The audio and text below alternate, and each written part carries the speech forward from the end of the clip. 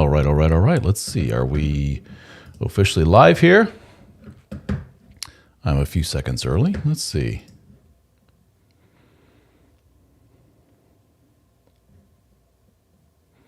Yeah, it looks like we're live. Checking out on Facebook here. Looking good. And hello, world. How is everyone today? Let me make a little adjustment here. How's everyone? Welcome, everybody, to another live stream with yours truly, Ralph from Dad Starting Over. I go by the name DSO, which stands for Dad Starting Over. You can learn more at dadstartingover.com or else. Just search for Dad Starting Over in any social media stuff and you'll see my big dumb bald head talking about all kinds of stuff related to the world of the relationship-oriented world, I guess you could say. Being a dude, starting over after divorce, starting over within a marriage, dating, all that, again, relationship-oriented stuff. All right, let me bring up my, where's my comments and reactions? There we go, boom. Looks like we have a like already. Thank you so very much. Give it a little bit here for people to file in and join us today. Looks like we have a whopping one person so far. At least on Facebook anyway. That's what I'm looking at here. Welcome to all those that are joining from YouTube, Facebook, and X or Twitter, Twitter or X as it is known these days. Welcome all very much for joining us. Thank you all very much, I mean to say. Appreciate all of you. I'm getting a lot more activity on YouTube here lately, I'm happy to say. Let me jump over here and make sure we are good to go on YouTube. Yes, we are. We're looking good. All right. Pardon me. I know this is very unprofessional of me to have some dead air here, but I'm just making sure everything is working great. Thank you all for the likes. For those of you joining, if you could be so kind as to give this a like, give this a share, that really helps. How YouTube and Facebook and the like, how they reward guys like me or is via more people seeing me. And the way it allows more people to see me is if it says, well, this is something worth sharing. How does Facebook and YouTube and the like know that this is worth sharing? Is if people like it and people share it. So if you would be so kind, I would appreciate that a great deal. YouTube, we're up to about 22,000 subscribers. Up from just a couple weeks ago, we had like 3,000 and was stuck at 3,000 for a while and couldn't really move the needle. And finally, boom. So we're doing good. Facebook, we got like 135,000, something like that. Same with TikTok. So doing well. We are, we're already hit the ground running here. Andrew from YouTube. Welcome, Andrew. Thank you so very much for joining us today. Andrew says that he would love to hear more my thoughts on, let's get right into it here, folks. Let me start over here because I always cut these into clips. I'm kind of jittery today. I think too much coffee, so I apologize. But Andrew from YouTube says he would love to hear more about my thoughts on retroactive jealousy. He saw an insightful video of mine a while back, and it was very interesting. Well, very good. So, Andrew, I would presume that what you're saying with retroactive jealousy is your partner, who I would assume would be a woman. I typically attract hetero dudes to my material and hetero women. She had a relationship in the past, and there's something about it that makes you feel icky. So what is it exactly, Andrew? I'll put you on the spot here. Maybe you want to flesh that out a little bit more. But you're not necessarily saying this is your suggestion or your situation, rather. But I'm assuming this has touched you on a personal level. That's why you're bringing it up. This is not unusual. It's labeled by a lot of people as kind of an insecure thing, and they're not wrong. I guess it's very situation dependent. If I'm talking to some guy and he says, my wife used to be, a prostitute or some kind of sex worker or something like that, and I have some real problems thinking about the hundreds and hundreds of men that she has slept with. I say, well, you have every right to feel a little weird about that. I think most people would. And then there are some people that say, you're just being insecure, let it go, dude. I say, he has every right to feel weird about it, right? But if it's just, hey, they were with a person, and, like most adults used to be with other people, to marry somebody or get with somebody who is what do they say, a full-fledged virgin, that's highly unusual, very rare, and that's not necessarily the best thing for a sexual relationship. What do I mean by that? If you are with somebody who has never, ever been physical with another human being before, more specifically, never had sexual intercourse before, they probably don't know themselves sexually very well. Case can be made that it's a good thing.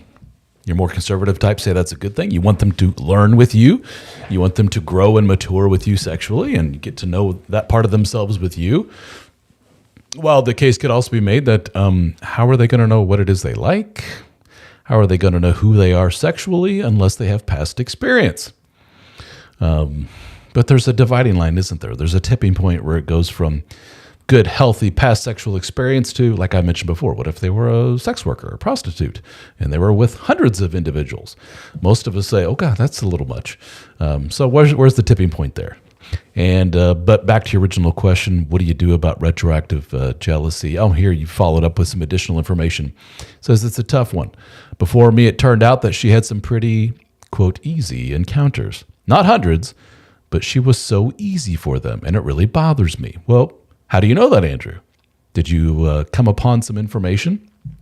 This is something that I did a little, maybe the video you're talking about, where thanks to the internet these days, some people flat out didn't believe that this was the thing. Some people were saying, I just made this up. But I think, Andrew, you can attest to this.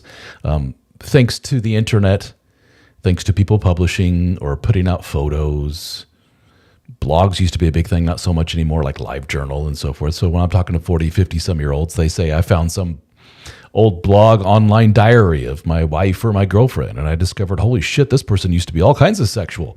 Sure would like to see that side of them, and I don't ever see it, and it bothers me. Frankly, rightfully so. You'd have to be kind of weird for it not to bother you a little bit. But then again, people have chapters in their life. Maybe they were more free and open and experimental in their 20s, but then they settled down and became less so. Men and women both go through phases like this for sure. It's just that if you're a person who is highly sexual and you're looking for some of that, physical validation and so forth from your partner, and you found out they used to give it in spades to previous partners, but not you, of course that's going to make you feel a little weird. Maybe that's what you're talking about here, Andrew, that they used to be very open sexually, easy encounters, and you aren't getting that, right? And it bothers you. You're comparing. Like, this taps into something that is very uncomfortable to get into for a lot of people. But let's try to be mature and talk it through here, right? There's no judgment here. In the world of sexual intimacy for men, typically, not always, for most of us, there's some work behind it. Let's say you see a pretty girl across the room. You got to get up the nerve. You got to have the balls to walk over to her. That's some work, You got to have some charisma about you, some chutzpah, as they say. You got to have some game, as the kids say. And you walk over and you say, hey, I'm Ralph. What's your name? And you get to know them. Got to put in the work. Let me buy you a drink. Spend a few bucks. That shows what? That you're a person of status, that you're able to afford a drink. And you know what? Why don't you give me your number? I'd like to take you out to dinner sometime. Right away, you're taking out to dinner. That's, from the male perspective, that's some work, some investment. You're investing money, time. You're being very vulnerable emotionally, all this other stuff, putting yourself out there. You're putting in work and you're putting in time. And it may be 3, 4, 5, 10 dates later to get to the finish line, so to speak, of real sexual intimacy. She feels safe enough with you, gets to know you, falls in love, all this other stuff, and then you're able to do the deed. And as crass as that seems, that's kind of why we're all kind of doing this song and dance, right? To propagate the species, to do the deed. So anyway, what if you go through all of that and you really fall in love with this person and you had to go through all this song and dance to get to the end, but then you found out that your partner actually was with a lot of people prior to you and they didn't have to put in as much, quote, work to get the deed done. All they had to say was, hey, pretty, what's your name? And away they go, right? That would make you feel like you were a, quote, loser compared to the other guys. The other guys got to the finish line that much easier than what you did. That sounds very crass. It sounds, we can Oh, we can mold that to say that's somewhat of a misogynistic, quote, red pill or whatever nonsense, internet nonsense you come up with. But that's human sexuality 101. That's the mating dance. The mating dance is typically, hey, I'm a male. Am I worthy of your time, woman? Let me put in some work to show you that I'm worthy. And voila, you become my mate. We see that all throughout the animal kingdom. You ever watch those nature programs where the big bird does a little dance in front of the male bird does a dance in front of the female bird? Why is it that across the animal kingdom, it's always the males that have the big ornamental feathers, fur, the colors, and everything else? Because we're trying to win the female. So when we do that, we discover that this guy didn't even have to fluff his feathers. All he did was just walk up to her and he got it. Well, he's the winner. I'm the loser. That's how a lot of men look at that. So that's, I think, the crux of a lot of your question there is, man, dude was the winner. I wasn't. I had to put in all this work. And people label that as insecure. And they got a point. There is some insecurity in that. You can look at that and say, like my partner went through a phase. They were young and experimental. Maybe those guys have something I don't. Hey, good for those guys. Maybe we're not a great match in that way. Maybe I should let you go. Maybe you need to find somebody that pushes their buttons in that way. And I'm not that person. Shake hands and go about your separate ways. I'm not going to shame you or call you insecure, Andrew, or others for thinking that way. It's a perfectly valid way of thinking, whether it's a man or a woman. And something I've mentioned, not to go down this rabbit hole of past promiscuity, it's not a strictly female thing in terms of it possibly being having a negative impact or a negative factor on a long-term monogamous relationship. I have seen, or spoken to rather, a lot of men who have a promiscuous past, they're former players, right? And then they're like, I'm going to settle down. I'm tired of screwing around with all these dozens of women, and it was fun while it lasted, but none of these women are relationship material. I'm going to settle with this one. I'm getting my needs met sexually. We're really clicking that way, but intellectually and emotionally, I finally found the one, and they settle. And then the relationship becomes serious. They become secure. They become comfortable with each other, familiar with each other. And then they have kids, and the sex naturally dissipates and goes down. And here's Mr. Former Playboy, Mr. Player guy saying, I used to get it like 3 times a week on average with 3 different women, and now I find myself kind of begging a woman for once or twice a month. Those men, and I've talked to those men, tend to sleep around a lot, cheat. They don't settle for scraps. And so I tell women, be careful. If you're with Mr. Playboy, used to, has a roster of women in his wake, to say he's going to settle down for one and one only, good luck with that. So we could flip the genders, and the case can be made the other way as well. I'm going to stick with Andrew here. I'm jumping over some other comments. Andrew fleshes out this further, and he says, yeah, he being her past, your partner's past partner, he'd basically pick her up, do her in the car, down a nearby dirt track, even pick her up dinner hour, and do her in the car on an industrial estate, and then drop her back off. How do you know all this, Andrew? Kind of like the price for me is lifelong commitment, but the price for him wasn't even worth the petrol to drive her home to a bed.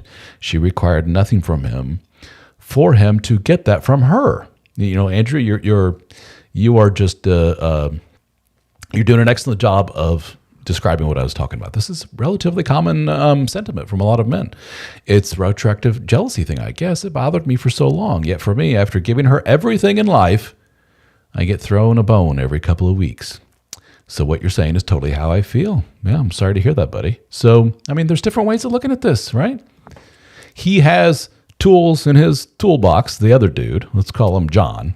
John, the ex-boyfriend, he was able to get out of her hypersexual state of mind, the state of being. And you have to jump through a lot of hoops to get less. So you do these 12 things to get a fraction of what John got for not doing anything. And that makes you feel like shit. Okay, so why is that, right? Well, I don't know. Yeah, maybe John's Mr. Loverboy. Maybe John, as far as your spouse or partner is concerned, really had that sexual it. He really had it going on. He had, he checked some boxes that really got her going. That's what you don't want to hear, right? Andrew and guys in your position. You're like, Ralph, I don't want to hear that. That just makes me feel worse. That could very well be it. Is there anything necessarily wrong with that? No. I've talked to men who are like, I was with this crazy woman who had, borderline personality disorder, and she ended up, chasing after me a knife. But I tell you what, we had the hottest sex imaginable, man. It was, holy crap, three times a day, middle of the night. She would, do me in the parking lot of the local Kroger or whatever it may be. We just had the most awesome, over-the-top, hot, sexy, whatever. And I can't seem to get that from my wife. So it's somewhat similar to what you're talking about with the genders flipped. So that's, you don't want to hear that. That could very well be it. Or, like I alluded to earlier, people have chapters in their lives. What if, honest to God, your wife says, I was experimental, free, open, and a lot of things I did with John, I look back on and I go, God, I would not do that again. Again, I was young, experimental, I was very insecure, and that's why I did a lot of those things. And looking back on it, I wish I didn't. And here's you saying, I don't know if you verbalized this to her or not, can you do those things with me? And she's like, I really don't want to. I don't like that chapter of my life. I'm not that person anymore. Could very well be the case. Don't know. Does it bother you enough to end the relationship with the missus? That's the question. Is there a hypersexual girlfriend out there waiting for you? Maybe she used to be, maybe she never was. As you can see, these are pretty complicated situations. I'm not one to do what a lot of people do, which is, throw you under the bus and call you an insecure little man baby. You need to get over it. She doesn't want to do those things anymore. She doesn't have to. No, I completely empathize with where you're coming from. This is your emotions and your feelings in this are completely valid. You're not a bad person for feeling that. So don't ever, think that you're a little weakling for thinking those things. I think anybody in their right mind would go down that path, thought-wise. So, it's something to talk about further. If you'd like to, you can always chat with me one-on-one, dadstartingover.com, and go to coaching. You can join our men's club. Let me pause here for a moment, do a little business, a little selling, if I may, please. dadstartingover.com is the website. We also have a private men's group. I can't tell you many people are like on the Facebook and YouTube and so forth saying that, do all these women have to be in the comments? It's a public page. Anybody, man, woman, dog, cat, whatever, can get on there and comment and do whatever they want. I can't stop them, nor do I want to. I think I welcome everybody to get on and comment on whatever post I have. I love the conversation. I'm not anti-woman by any stretch of the imagination. But I recognize it's important that we have a space just for dudes. It's been that way, since forever. Fraternal groups. When I was a kid, they had the Moose Lodge and what are some of the others? The Friars Club and what are the Shriners, all those others. It's just a group just for men. They recognize we need a group just for men. It's important that we have this man-only space so we can commiserate, talk amongst ourselves, help each other out in a network. Well, we created our own little group called the DSO Fraternity for men only. We have live meetings that we have in Zoom. I conduct them along with other guys in our group, coaches in our group. We have a private discussion forum just for men only. We have in-person meetups that we do. We have a podcast just for DSO fraternity members. We have all those Zoom meetings I talked about, of which we have had probably like 600-700 hours of meetings by now, by the way. We record them all. You can listen to all of them. So if you miss one, which most guys do, we have hundreds and hundreds of members and only like 25, 30 or so guys show up in a meeting at a time. That's a good meeting if we have those. The rest listen to the recording. They act as podcasts. You can listen to them right from your phone. Pretty cool stuff. Articles, what else we got to mention, the meetups. And then we have products that the general public can buy, such as courses online. We have coaching that I mentioned for myself and other guys on the team.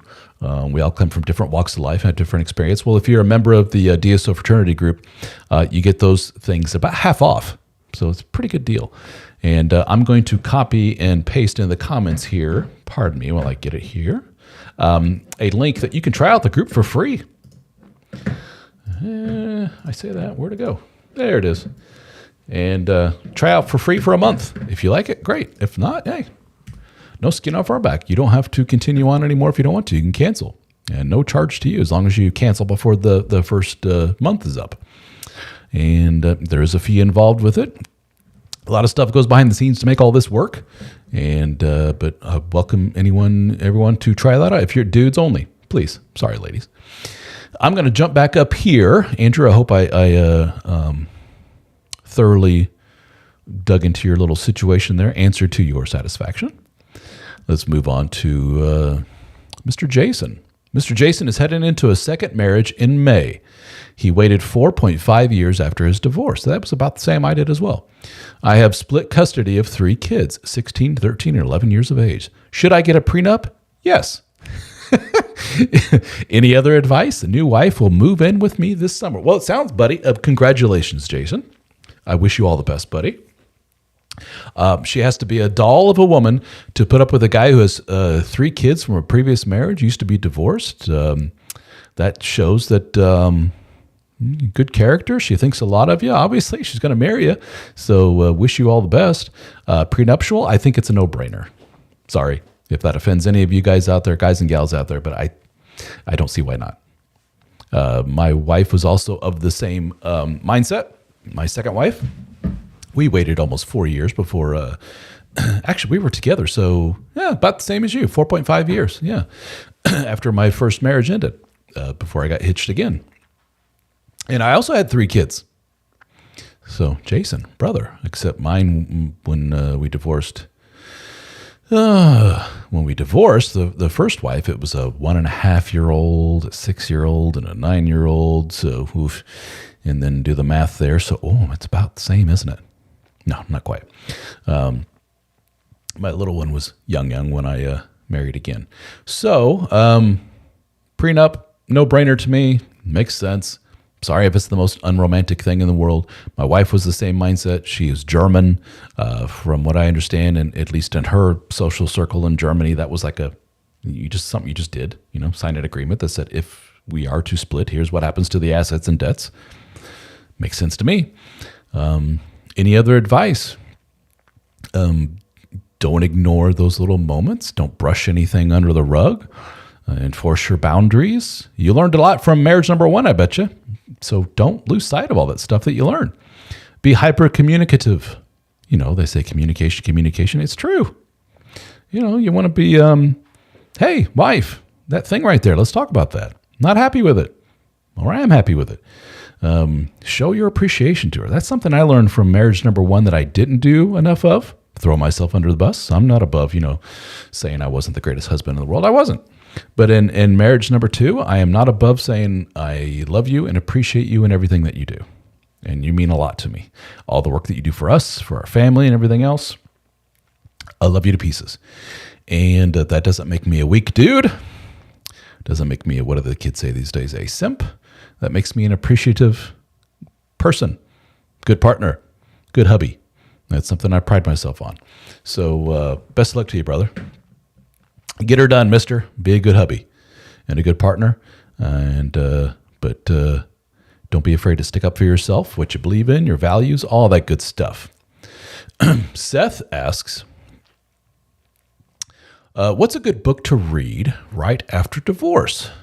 Self-esteem is super low, and I need to build my confidence back up. Currently, I'm seeing a therapist. Very good for you. And I have an appointment with a fitness coach starting. Excellent, Seth. Good job, buddy. Well, I happen to write a book, and the book is called Divorce Panic. I'm going to type, pardon me as I type in here, dadstartingover.com/divorce. I think it's... Shit, I should probably check that before I put that in there. Or you know what? Duh. I purchased a domain just for this. Divorcepanic.com. Boom. Go to divorcepanic.com. I wrote a book just for you, brother, and for guys in your position. It's available on Amazon, Apple Books, Audible, audio version read by yours truly. And Ainsworth says it's a great start. Divorce Panic was the first book that he read. 100% recommend. Well, thank you so much, Ainsworth. I appreciate that, buddy. Appreciate that a great deal. Yeah, it's I have stories I shared in there from other men in your position, Seth. Just my musings on the world of starting over and the world of relationships and all that good stuff. I originally wrote the book under a different title called Now What? The problem is nobody could remember the title. They called it What Now? Now What? Some people said, hey, I read your dad's starting over book. I'm like, which one? And that's, some people just called it something completely different. I don't know. For some reason, that name did not stick. And I wasn't too thrilled with the way the book turned out. So I just completely rearranged it, added like 50% new material, and rebranded it as Divorce Panic. I thought that's a really good title, good domain, and it was available and purchased it and all that good stuff. And Michael says to Mr. Seth, great job with the therapy and fitness. I started both right away. The book was amazing. Well, thank you guys. Appreciate it.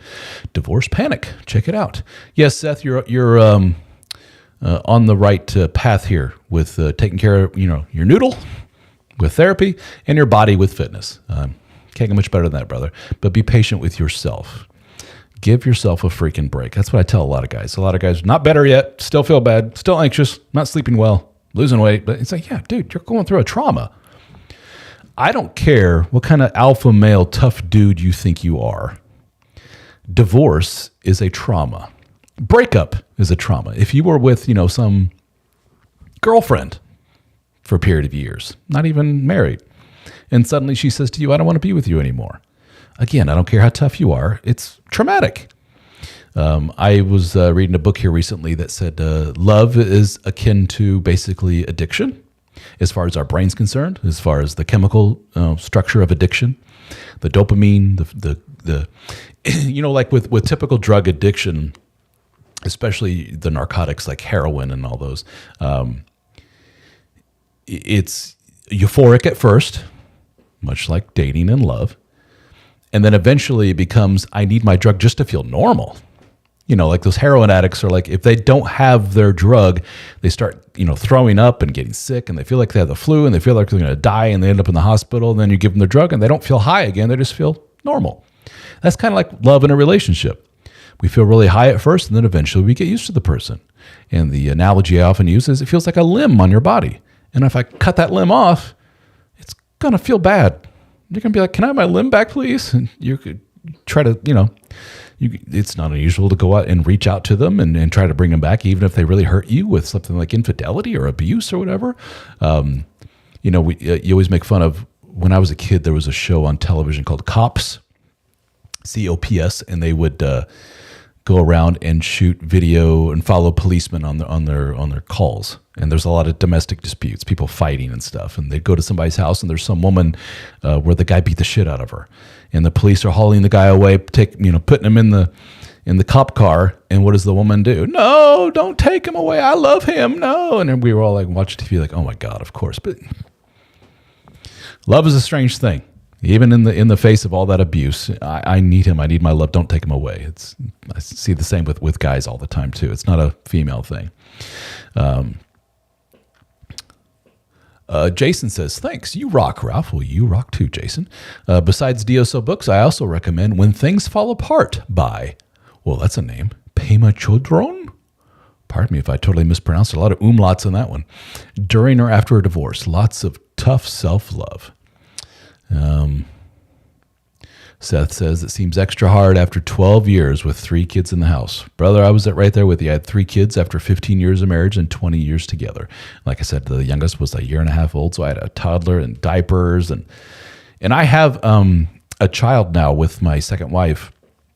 And I did a little video where I get a little emotional. I talked about when my little one was like a year and a half old, I realized, holy crap, this is the age of this kid when my first wife left me. Our youngest was a year and a half. It's like that was very illustrative for me of just how, I guess, broken she was as an individual, to basically say, adios, family. Because she didn't just, take the kids and leave me. She left and basically left me with the kids in the house and everything. She was gone like majority of the time. We technically shared custody, but I ended up with them most of the time, including our little toddler. So to show, for a mom to leave her toddler, basically, and just say, I'm going to go to somebody else and start a new life, showed me just, again, how broken she was at the time. But as I often say in these things, I find myself repeating myself a lot in these. In full transparency, she is doing much better now for a period of years now. And I've forgiven her for what she did. And we work very well together as, I guess, co-parents to 3 kiddos. One of which is an adult in college. The other one's on his way here soon. And the other one's going to be in high school before I know it. So it's a long time ago. This is a while, 11 years ago that I went through all of this. So, pardon me. So been there, done that, my friend Seth. And wish you all the best, but you're in good company. Check out the DSO fraternity. There you go. Seth, check it out, buddy. I created this group for guys like you and other dudes. We have dudes that are married, dudes that are divorced, getting divorced. Check out the group for free for a month. If you like it, you can stick around. If not, like I say, no skin off my back. The group's not for everybody, but I think you'll get a lot out of it because you could post your story, I can tell you right now, on the private forums, and you probably get 50 replies within the hour with guys saying, pardon me, been there, done that, buddy. Here's what I did. So that's very valuable. If you don't, if it's not through our group, then you need some kind of men in your life, basically, friends, guys to commiserate with and talk to about this kind of stuff. It's important, and even better if you can talk to guys who have been there, done that. That's really important. That's something I noticed when I went through what I did in my first divorce with the infidelity and all that other stuff. That if I went to one of my normal buddies, which was, in all honesty, basically the husbands of my ex-wife's coworkers, as sad as that sounds, those were my buddies. I'd sit down with them with beer in hand and just go, this dude, I don't know if you know what's going on, and I would tell them, going through a divorce, wife cheated, da, da, da, da. And you just get the wide-eyed stare as they sip their beer going, dude, I don't know what to say. I have no experience with this, man. I am so sorry to hear that. It was very awkward for them. They had no experience with it. Here I am talking about their wife's friend, basically, my ex-wife, and it was just, it wasn't good. And so to talk to other guys who had been there, done that was huge for me. And I had a therapist who put me in touch with one of her clients who had basically went through the exact same thing I went through. And that's what helped open my eyes to, holy shit, this is a whole world of us out there, and which started me on my dad starting over journey, creating my own group, et cetera, et cetera. All right. Any other questions, guys? Anything else? Anybody have anything to share? Any stories? Any comments or anything on anything I have done videos on here recently? I have recently struck a nerve online, especially amongst the Facebook and TikTok world. I posted a video saying, I posted a tweet and then took a screen capture of that tweet and put that on Facebook and TikTok. And that tweet basically said, a lot of men, dare I say the majority of men, who love their wives to death, married, have kiddos, those men will report, ever since the kids came into the picture, I kind of feel forgotten. I kind of lose my role as husband and partner to my wife, and I feel like I've been kind of set aside. And some men even say, I feel like I was a sperm donor and a paycheck. I used to be my wife's lover and best friend and all this other stuff, but now I'm sperm donor. That job's done. Paycheck. Beyond that, not much. And so I much more succinctly put that in a tweet and put that out there. And ideally, you would like to hear response from some of the ladies saying that's sad to hear. We don't want to do that to our husbands. It's just that we're just so caught up in the stress and the anxiety and everything else of having children. We don't purposely mean to ignore our poor husbands and whatever. They're very important. How much, as sad as it is to say, I don't think I saw one comment saying that from the ladies. Instead, I got hundreds and hundreds of comments from the women saying, go F yourself. And that's sad. I don't think it's bad in any way, shape, or form for a man to say, this is how I feel. I feel forgotten. I would, dare I say, love more attention as a partner, Dare I say, I would love to see some of my old lover back, my best friend back, pre-kids. I don't think that's a bad thing to say. It's not a selfish thing to say. It's not a childish thing to say. It's a human thing to say. And when men express said emotion, which doesn't come easily for men, trust me, to put that out there to their wife and to the world, and to hear back, go F yourself, you big baby. Jesus, get over yourself. Quit being so goddamn selfish. We just crawl back into our hole, crawl back into our cave. And a lot of men just throw their hands up and go, see, it's fruitless. And then some men take it even further and go, exhibit number 927 for don't get married, don't have kids.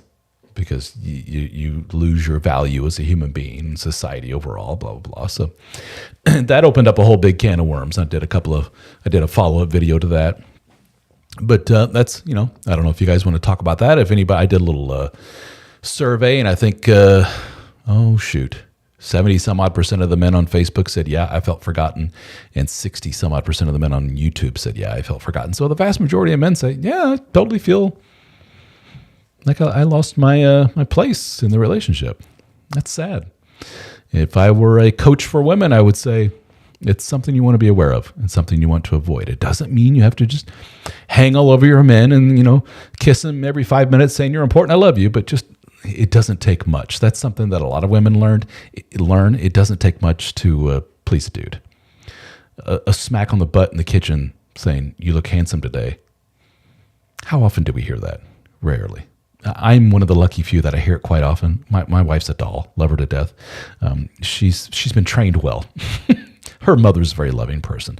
So I think that has a lot to do with it. And unfortunately, we don't see that a lot. At least let me just say this. It's not fair to say society overall, we don't see that a lot. I don't see that a lot from the women who watch my videos and comment on it. That's the most fair way of looking at it. If you're a female and you look at my videos and you leave a comment, when it comes to forgotten dude, you're not happy. Let's just put it that way.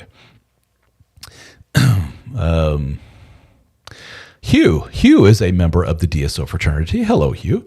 Hugh says, I think men need to be trained, preferably by their fathers, on, number 1, marriage and children change women and your sex life, and that it's not always for the better. And Seth says, the forgotten father thing, his experience verbatim. Hugh's point number 2, to teach them the DSO principles of masculinity and attraction. Well, thank you, Hugh. Appreciate that. Which kind of be fleshed out by books. The Dead Bedroom Fix is my bestseller. It's all about sex and marriage. And if you're a dude, how you can improve your situation potentially. The Dead Bedroom Fix. That's my best-selling book. That one book eclipses all my other books combined. I have 4 books total. We've talked about Divorce Panic and now Dead Bedroom Fix. If you want to talk about DSO principles, I don't necessarily brand them as such, but that's what he's talking about. Jason says, okay, moving on. Jason says, tips on dealing with parental alienation. Ooh, my ex has predisposed our kids against me. Ouch. Clearly part of our defense mechanism for being a cheating leaver. No legal recourse. The kids refuse therapy. So, in other words, with the kids refusing therapy, are you saying that are her parental alienation actions working? In other words, do you feel the kids are against you now? That sucks, dude. I was lucky enough not to experience that. In fact, I was very, very careful, strict about not bad-mouthing my ex, no matter what she did, to my children.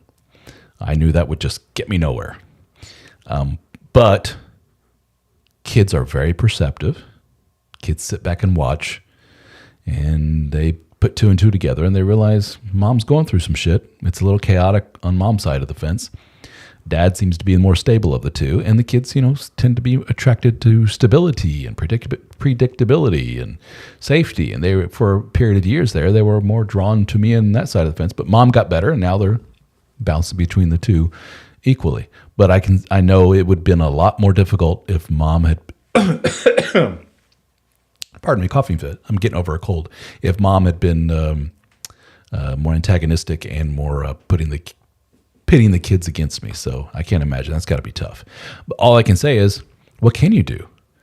You just model good behavior for them.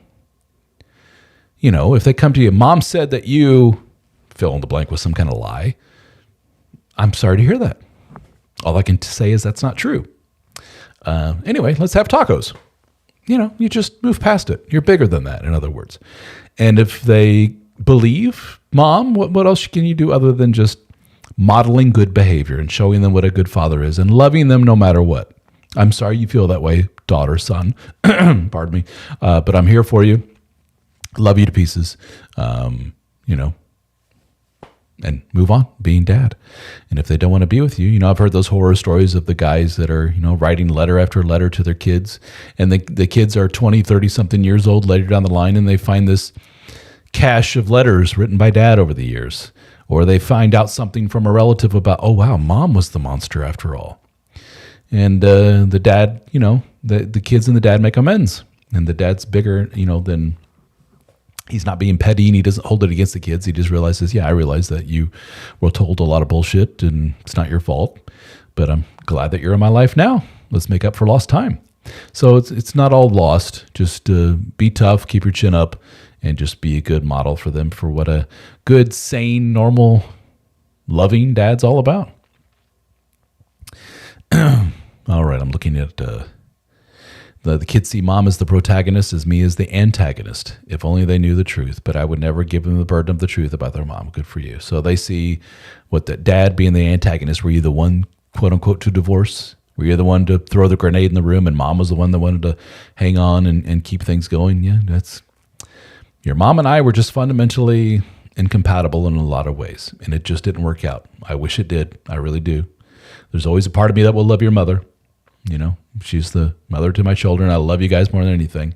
But you're just going to have to accept that your mom and I are no more. And I'm going to do all I can to be the best daddy possible. And I understand if you still have hard feelings towards me. Can't help that. But I love you. Love you to pieces. And that's really all you can do.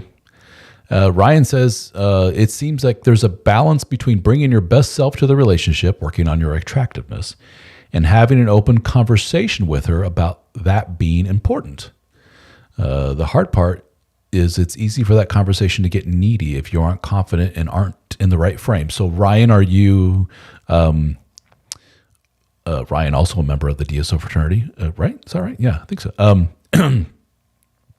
So Ryan, are you saying, talking about attractiveness being important, are you pointing the finger at her saying, and it's also important that you maintain yourself, wife, and, take care of yourself? Is that what you're talking about? And that's a difficult conversation to have. Oh yeah, it sure is. And then Hugh says, you cannot negotiate genuine desire.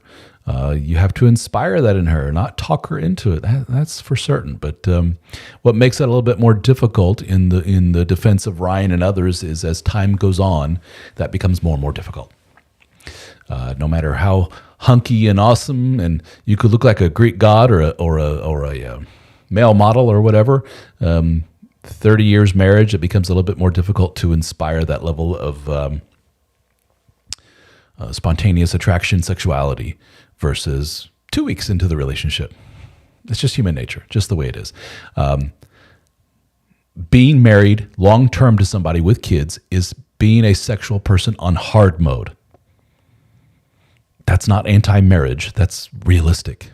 Okay, we have to be realistic about these things. I put in my books, The Dead Bedroom Fix, I believe I put in there. It's been a while since I've actually read or listened to the book. Maybe I should, just to make sure I'm on the same page, or it's probably time for a new version of the book. But I believe I put in there, if you want super duper over the top spontaneous desire and over the top sex with very little work on your part, then go get your girlfriend. And some women read that and said, time out, buddy. Whoa. And I was like, no, I'm not go out and cheat. I'm not saying that. But I'm just saying, human nature being what it is, something called the Coolidge effect. Look it up, Google, which basically means we are super hypersexual, spontaneous desire human beings when we're in a new relationship versus a comfortable, old, familiar relationship. One of the tricks of the trade to eliciting more of a sexual desire from your partner, man or woman, is to basically hit the reset button and become new people. Your physicality you can change. You become a more loving, romantic, sexy partner. Bring about a new you, and that will help light the fire again. A super extreme version of that, which I do not condone, but I recognize the science behind it. Let's just say that. And I know I don't live in this lifestyle. I've talked enough about it that people are like, are you? No, I'm not. But it's called like open marriages, poly whatever, swingers and so forth. They are basically short-circuiting the entire thing and jumping right to, you know what would make me really sexualized? Go get a new person over there. But I don't want to lose you. You're my primary person I love more than anything. But I recognize that to really get me going, to light that fire, it's new person does that better than anything. And that's what those people do, openly, with each other. I don't know what the divorce rates are in that world. I realize probably higher than the others. Maybe not. I don't know. But that's what they're doing. So it makes it a little tough for us strictly monogamous people to keep that fire going. And it's tougher than if you were Mr. Single Man dating, which, by the way, there's nothing wrong with being a single man and dating.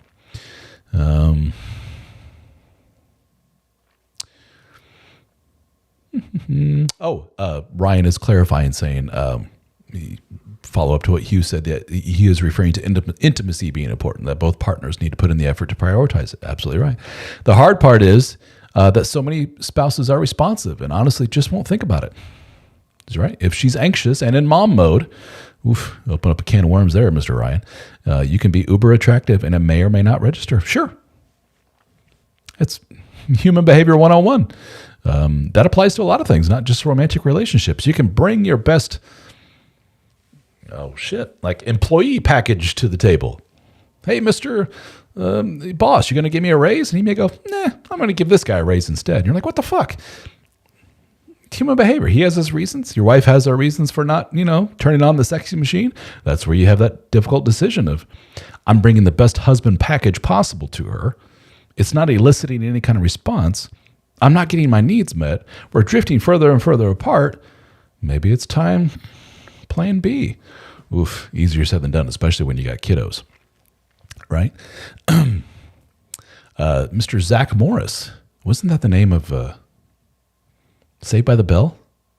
Is that the character? Anyway, so I love the DSO network and books and knowing the red flags, but do you have any recommendations of DSO resources for preemptive work and green flags from all your coaches' experiences? Very good. Well, I do have a book. You mentioned the red flags, right? But you're looking for what's some good stuff about it. Maybe I should come up with a book called Green Flags. Thanks for the idea, Zach. I don't know. What does everybody else here think? What are some positive things about your potential partner? I tell you one. And I will throw this out there and then open it up to the forum here. I don't have a whole much longer. 30 more minutes, I can stick around. But this is one thing a lot of people don't like, and that is because it is out of your control. All right, let me just preface it by saying a lot of the stuff in the relationship sphere talk is not nice. Sorry.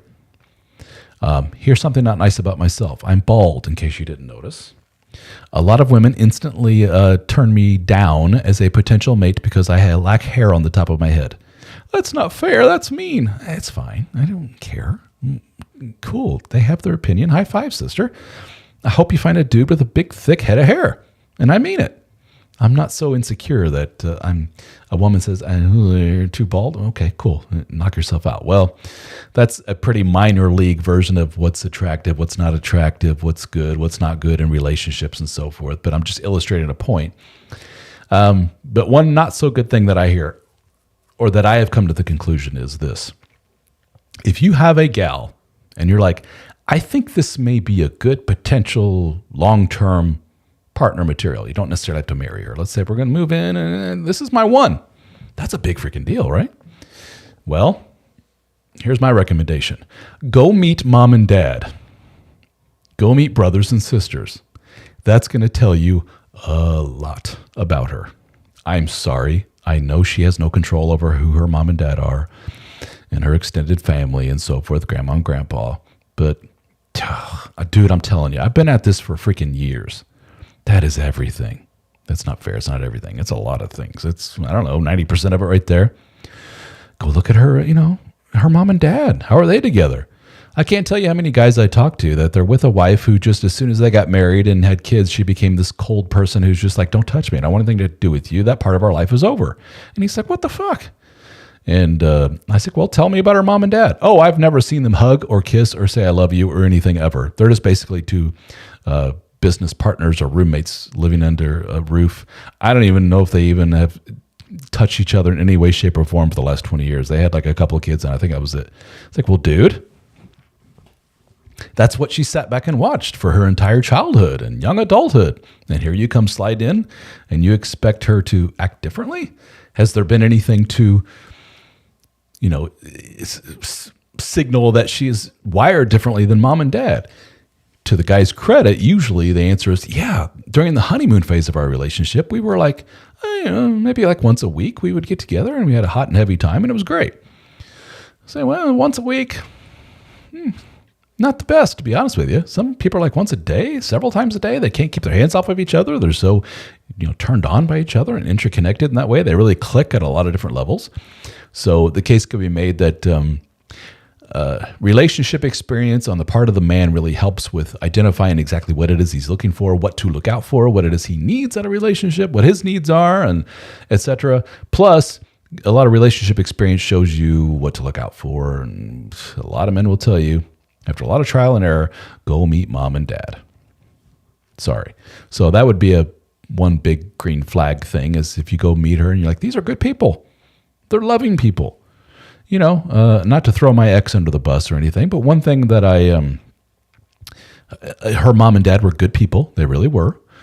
When I see them to this day out in some event, we hug, we talk. They still consider me probably not son, but you know what I mean? I'm a big thing in their life. I'm the guy who fathered their grandchildren, and they like me. At least I think they do. But I will tell you, they're not the most loving people in the world. I do not remember my ex-mother-in-law ever hugging my ex-father-in-law. Holy shit, that's a big deal. Just saying that out loud, I'm like, wow, really? Yeah, I don't ever remember him hugging or kissing, ever. The guy would come in from a long day at work, 6 p.m. at night, working in the coal mine, exhausted, and never once anybody jump up and give him a hug and say, how was your day? Even ask him how his day was at all. They were just kind of cold people in that way. So when ex-wife turned out that way, well, holy shit, who saw that coming? Anybody with half a brain or a lot more relationship experience than what I had as a young man. Anyway, went on about that, but you know where I'm going with that. Wordsmith. Wordsmith is a longtime commenter from YouTube. Thank you, buddy, for chiming in here today. But if this is big news, Wordsmith. He says, sometimes nothing works. He's talking about intimacy with your long-term partner. I recently cheated on the wife. Oh, dead bedroom for years. He says, I'll read this as him. Thought I would be racked with guilt, but I actually feel great about it. I feel closer to my wife somehow. I can explain this is not an unusual phenomenon. I don't know why I feel better. She's more receptive sexually somehow now. I can tell you why exactly. And no, she has no idea. Well, I'll tell you why. Probably because your anxiety, your anxiousness as the guy, whether you know it or not, subconsciously kind of hovering over her as this needy creature of like, I need sex, I need sex, I need sex. And why aren't you giving? Why aren't you giving? That's been going on for years and years. And you have a very, from what I remember, very difficult situation with all of your children and a lot of adopted kids and a lot of behavioral issues and developmental delay and all these other things, special needs, the stress of all that. And you just alleviated some of that stress by basically saying to the wife, never mind, I don't need you for that anymore. I'm going to go over here for that. And I know you didn't overtly say that, but everything about your being is oozing that, saying that to the world and to her. And her reaction to that is, oh, phew, thank God. Some weight just came off her shoulders. And you put some of that weight on some other woman's shoulders, in essence. And do you feel better? You feel lighter? You feel like a wanted man again, right? Getting your sexual needs met. Welcome to being a human being. Just curious, what do you think her reaction would be if she knew about this? You may or may not know that it's kind of a known thing in a lot of relationships. It's an unspoken but known thing in a lot of relationships. I know hubby has a girlfriend on the side. She lives in some neighboring town, or she's at the office. I've known about it for years. This is the wife speaking. I don't ever talk about it. I don't even know if he knows that I know, but I turn the other cheek. I look the other way. I don't even, as long as I don't have to see it or hear it about it or whatever, that's fine. Just let him do his thing. Those kind of arrangements exist and have existed for generations. This is not a new thing. Man screwing around on wife because he's in a cold, dead bedroom relationship is not a new phenomenon. Well, welcome to a growing club of people who have existed for generations. This is not unheard of.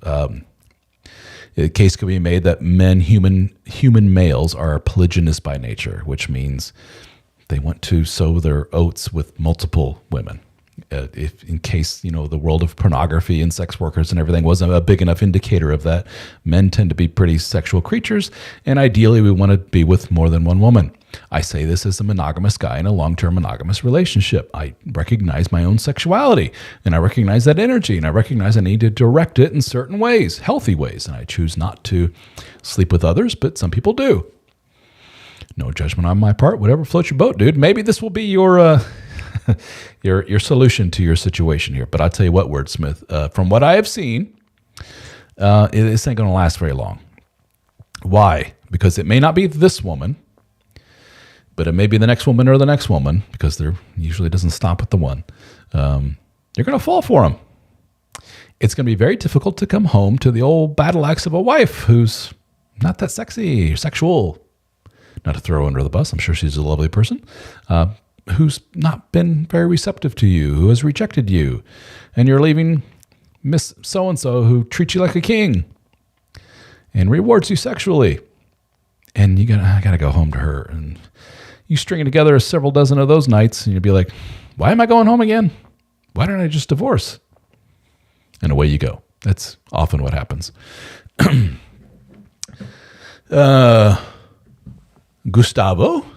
Gus, from the DSO fraternity. Welcome, Coach Gus. He is talking about green lights in a relationship, willingness to contribute, empathy. These are all good things.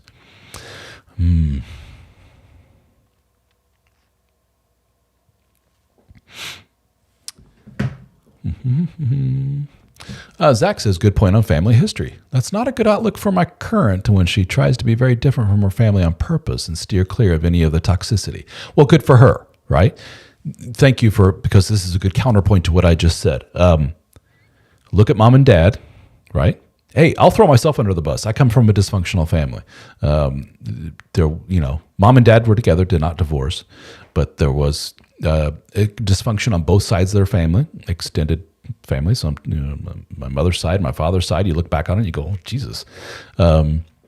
But both made concerted efforts, my mom and my dad, to distance themselves from the toxicity, the dysfunction of their extended families, and started anew with me. Well, they also had their problems. They weren't perfect. So somebody could look at my mother, for example, the anxious, neurotic mess that she is. My father passed away at a young age. And they could look at her and go, oh, God, this is going to be a headache to have this person as a mother-in-law. Never mind.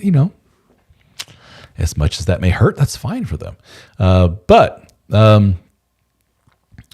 I would think, let's say my wife now, when I don't work out, wife gets hit by a bus, whatever, God forbid. It's terrible to say. But for whatever reason, let's say I'm back on the market, right? And somebody meets my mom, let's say, and they end up wide-eyed going, oh, shit, Jesus, this is, wow. I would hope, though, that they would look at the complete package, which is, yes, but the dad starting over thing, the helping other men thing, the working on himself thing. I would make enough of a case to show that I am more than that. I'm actively working to be better. So let's say you got a person who's just like, my mother was a narcissist and my father abandoned and da-da-da-da-da, but I've been in therapy since I was 10 years of age.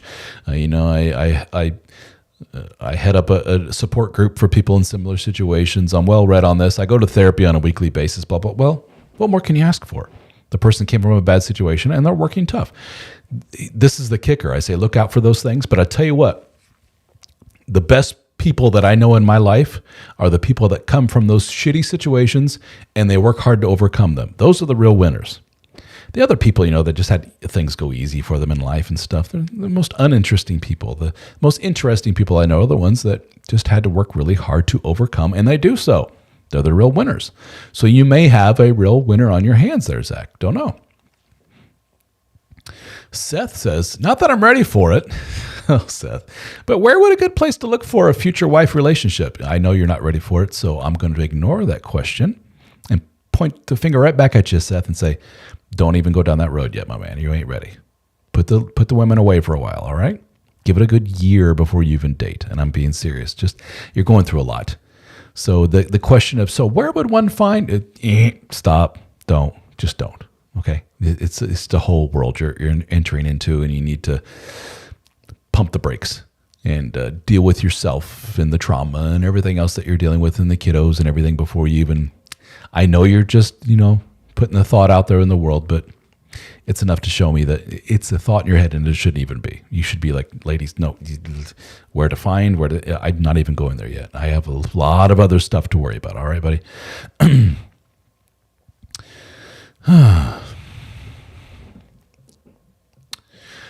Billy is asking about banding together I think you mean banding together, for our civil rights to sue under the 14th Amendment to have equal protection under the law.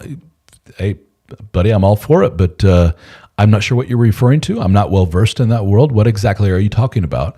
14th Amendment, equal protection under the law. What is this all in reference to? Maybe we can help flesh that out further. Wordsmith, going back to Wordsmith. I know we're jumping all over the place here, folks. Apologize. Wordsmith admitted to sleeping around, cheating on the wife. He's been in a long-term dead bedroom situation, really stressful situation. I asked, what would the wife think if she knew about the affair? And he says, if she knew, I don't think she'd be that upset. I've asked her if she wants me to get it elsewhere. She laughed and said, no, it was a lighthearted to her. Just the idea. Yeah, she didn't take you seriously. But she seemed to change during an argument when you threatened to leave her a few weeks ago.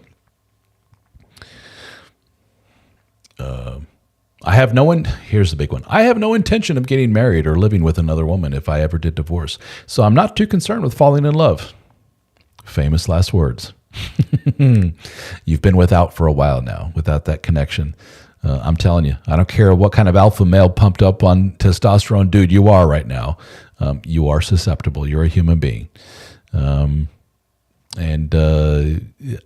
even the most tough alpha male dude, picture the guy on the Harley, the biker gang dude. He has a woman on his back. We are human beings, and we are engineered to pair bond, if you will. I know that's a often overused term, but it's true. I'm doing a presentation coming up in our next annual gathering that we're having. We call them BroFest, and we're having our next one here in New Orleans in April. Would love for you to join us. Join the DSO fraternity, and you can join our BroFest and meet myself in person and all the other guys in the group. But I'm doing a presentation here, and I'm talking about marriage. And in doing my research, everything seems to indicate, and there are books written on this topic, cross-culturally. I don't care if we're talking about a guy on Wall Street all the way down to a quote-unquote primitive tribe in Africa, South America, in the jungle somewhere, whatever it is. Throughout the history of mankind, people pair bond. Whether they call that marriage or whatever, or some formal ceremony or whatever, we seem to be engineered to say, you, me, go through life together, make babies. With that being said, infidelity is relatively common, meaning, although you are my primary partner, I'm going to go bang this one over here. Men and women alike. Men tend to more so than women. Yes, I know a lot of men don't believe that, but that seems to be the case statistically. And men also tend to want to form bonds with multiple women and make babies with multiple women if they have the ability to do so. And throughout history, most men have not had the ability to do so because what is it that determines whether or not we can do that? Our resources. As horrible as that sounds, it's a matter of fact. The most wealthy, high-status individuals tend to have more than one mate. That's what we've seen throughout history of man. So when I hear guys go, I can go around and bang a bunch of women and not, form attachment to any of them. Well, then apparently you're not human because most men do in fact form that bond. You're more apt to form that bond the more you physically interact with women. The more intercourse you have with them, the more you're going to bond with them, and the more you're going to throw out the I love yous, and the more you're going to be like, why am I going back to the wife again? Be careful. That's all I'm saying. And you're not a simp if you have those feelings. You're not a wuss. You're not some whatever. You're a human. All right, let me... Seth says, thank you for the honesty. You're very welcome. Back to Billy and his talk about the legal stuff. He says, more specifically, child support, alimony, family court, father's paternity rights. There's bias and inequality when it comes to that. I would agree. And when we all know...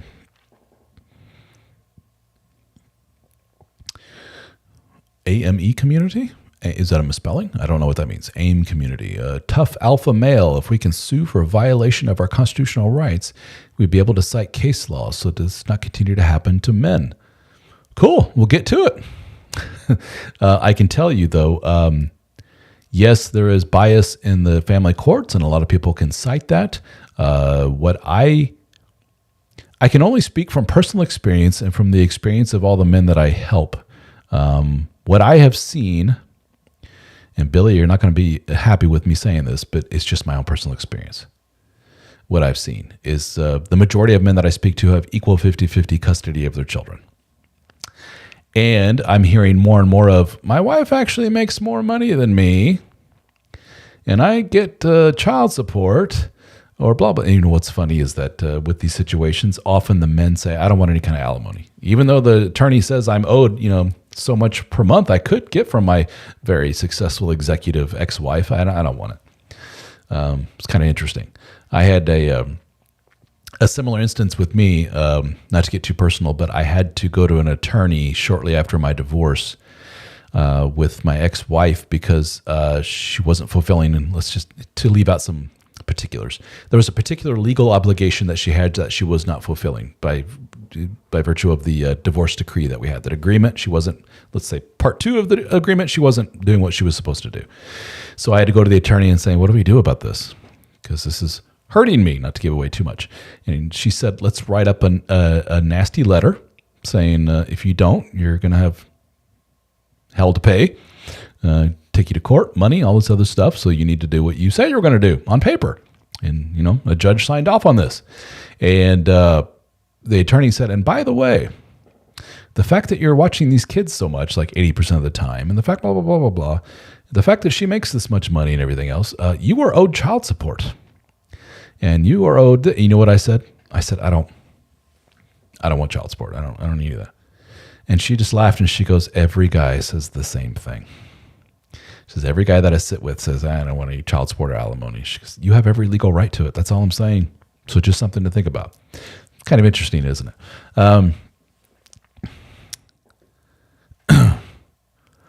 Zach says, mentioning international culture just now. What's your opinion of passport bros? I have done videos on this. Let me just say this. My father was a passport bro. How about that? My mother is from Spain. My mother was a pretty young thing from Spain, and my father was an American GI stationed in Zaragoza, Spain, which is where my mother is from. Met her over there, and they shortly thereafter got married and had me. I was born overseas.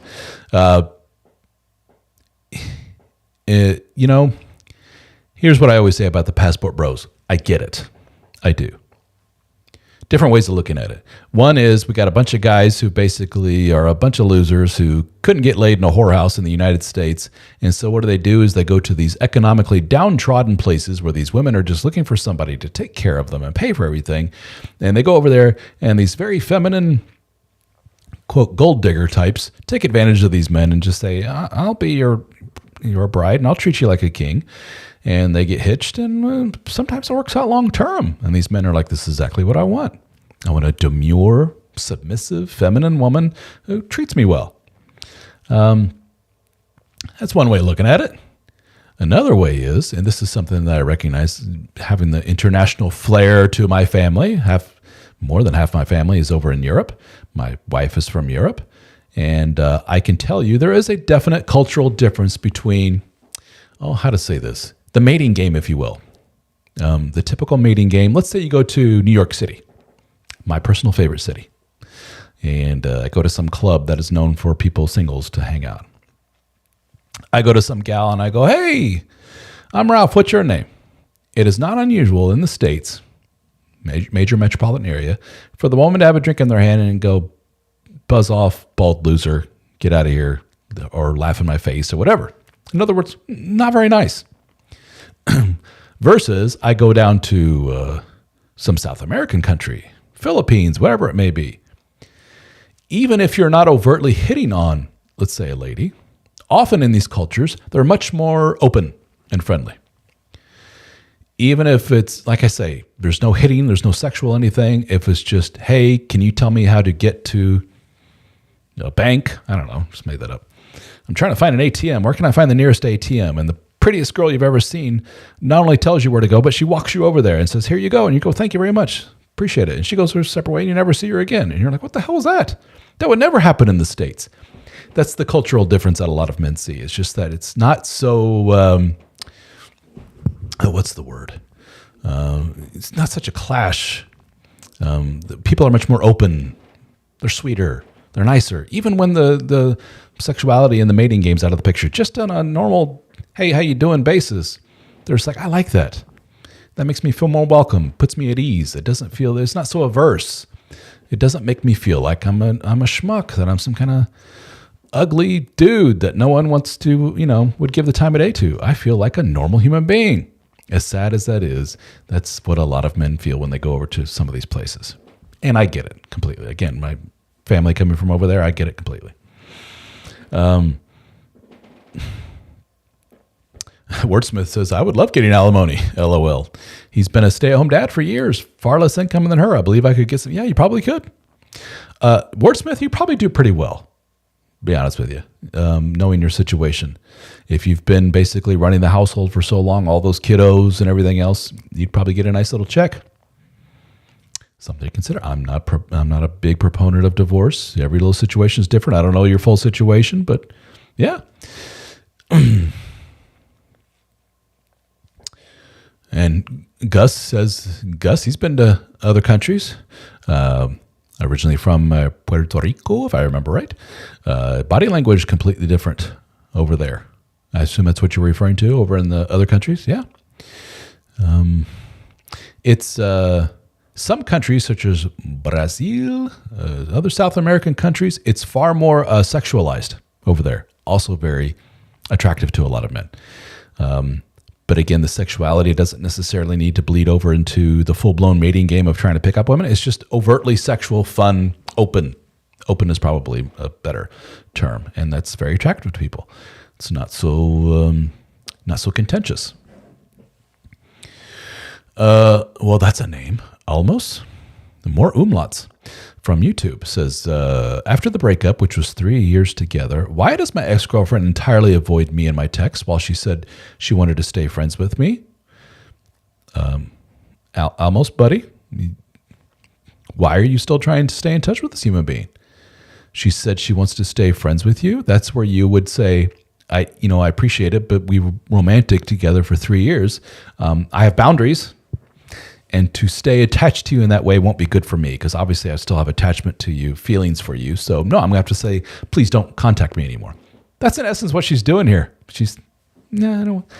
Let her go, buddy. Why does she do it? As cruel as it sounds, who cares? She's no longer yours. It's none of your damn business. Sorry. I know it hurts to hear that, but she has moved on and you need to do the same. We could pontificate and go on and on about why she does what she does and who she's with and why she won't do this, why she does do this. But in the end, it's not yours to worry about anymore. Wordsmith says, I'm also concerned that I may have developed a porn addiction during my dead bedroom. The sex I've recently had wasn't physically that great. Like less fun than watching porn, and I'm a bit worried about it. Well, as you probably know, Wordsmith, you're not alone in that. That's a big problem for a lot of men. Why is the world of porn, or adult entertainment as I often refer to it, because I've learned over the years the social media channels, YouTube, Facebook and such, they don't like that P-O-R-N word. But anyway, why is that such a big deal? Why is that so bad? Why is everybody harping on that? Because it rewires our brain in a not so good way. We are not engineered as men to be taking in all this visual stimuli so quickly. Like, I have two monitors here, the one I'm looking at and the one over here. I could, over here, and you wouldn't even know it, I could bring up hardcore XXX pornography of everything imaginable and just be bombarded with the imagery, sounds, video, pictures, whatever. That's not normal. That's not good. It taps into a part of our male brain that just goes, yes, more, yes, more, yes, more. And eventually, more is not enough. And more is not enough. And even when we put the real thing, flesh and bone, in front of us, we're like, not enough. Pretty easy solution here, buddy. Don't look at it anymore. You will find after time, you will literally be rewired to go back to normal. And you will look at those women a little more hungrily, if you will. You know, the flesh and bone becomes real again. And you forget about the fake two-dimensional people. And you kind of look down on it after a while. Like, that's like for losers and stuff. I got the real thing here. I'm a real player here. I don't need all that stuff, you know, for the nerds and the other people to look at. That's loser stuff. But you have to put it down. You know, stop your addiction to insert substance here. How do you do that? You put it down and you do other things that take up your time. But that's very big of you to point that out. That's a big realization on your part. That's huge.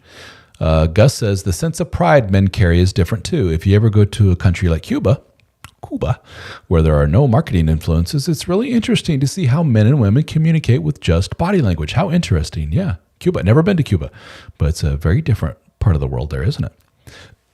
Very different. I don't want to go on too much longer. Got to get going and get messages coming in here. The hypersexualization of our popular culture is not the greatest thing in the world. And I'm a very sex positive, open, in that way, progressive, liberal type of guy when it comes to sexuality and so forth. Whatever floats your boat, have at it. But I'm also smart enough to see that a very hypersexualized society kind of desensitizes us to a lot of things, and it changes our behavior, especially as men towards women. A lot of the pornography that we see out there today is very almost violent in nature. Is not a good thing. There's choking, there's spitting, there's slapping.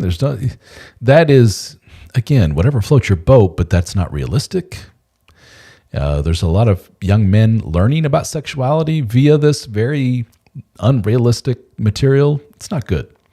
And, you got a man like Wordsmith who's been without forever, and he gets a dose of that really strong drug in the form of all this adult entertainment. And that's going to, as he points out here, it's going to have a major impact on how he sees the real world when he has a real woman in front of him, real woman underneath him, so to speak. He's like, this doesn't feel quite right.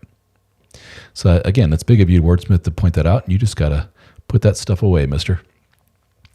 All right, folks. Well, it's been like an hour and 20 minutes so far. So thank you all so very much for joining me today. dadstartingover.com. If you are a dude, please do me a favor and check out the DSO fraternity. That is our private group for men only.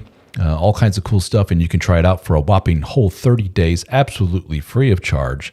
If you stick around for beyond that 30 days, we will charge you on a month-to-month basis until you cancel. But check it out, see what you think about it. All kinds of cool benefits, which I've talked about earlier in this, live meetings and private discussion forums and in-person meetups and all kinds of cool stuff. My phone's buzzing like crazy over here. And check that out. The DSO fraternity, our private group for men only. We would love to have you. Give me a like, give me a follow, subscribe wherever it is you're watching this, YouTube especially. I'm trying to grow my YouTube audience. I greatly appreciate it.